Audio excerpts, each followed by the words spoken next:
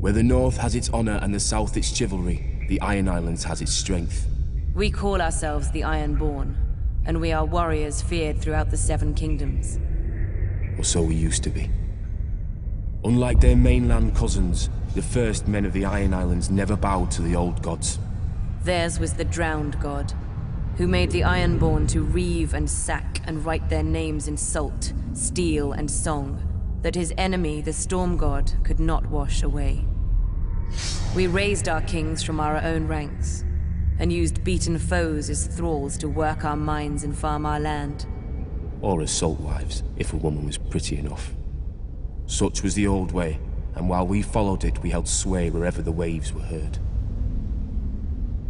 When Aegon came demanding fealty, King Harren the Black ruled as far east as the Trident.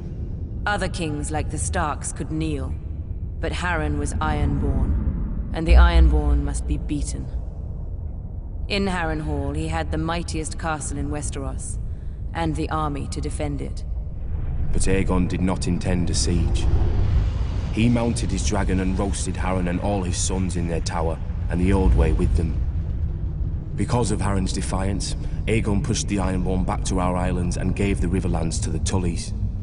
But he did allow the Ironborn to choose who would lead them. House Greyjoy had always been one of the greatest houses of the Iron Islands.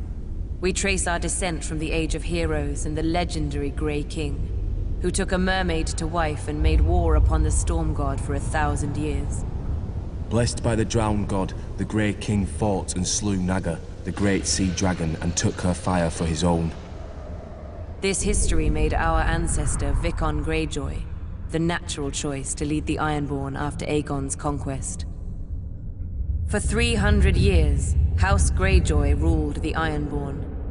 We styled ourselves Lord of the Iron Islands, King of Sultan Rock, Son of the Sea Wind, Lord Reaper of Pike.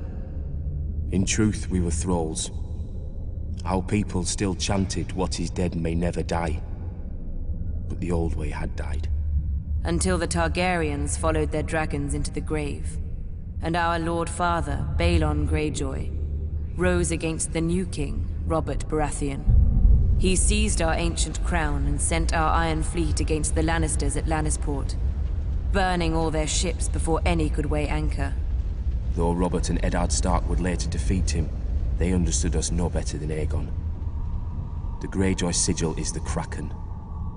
What it grasped once, it will never surrender.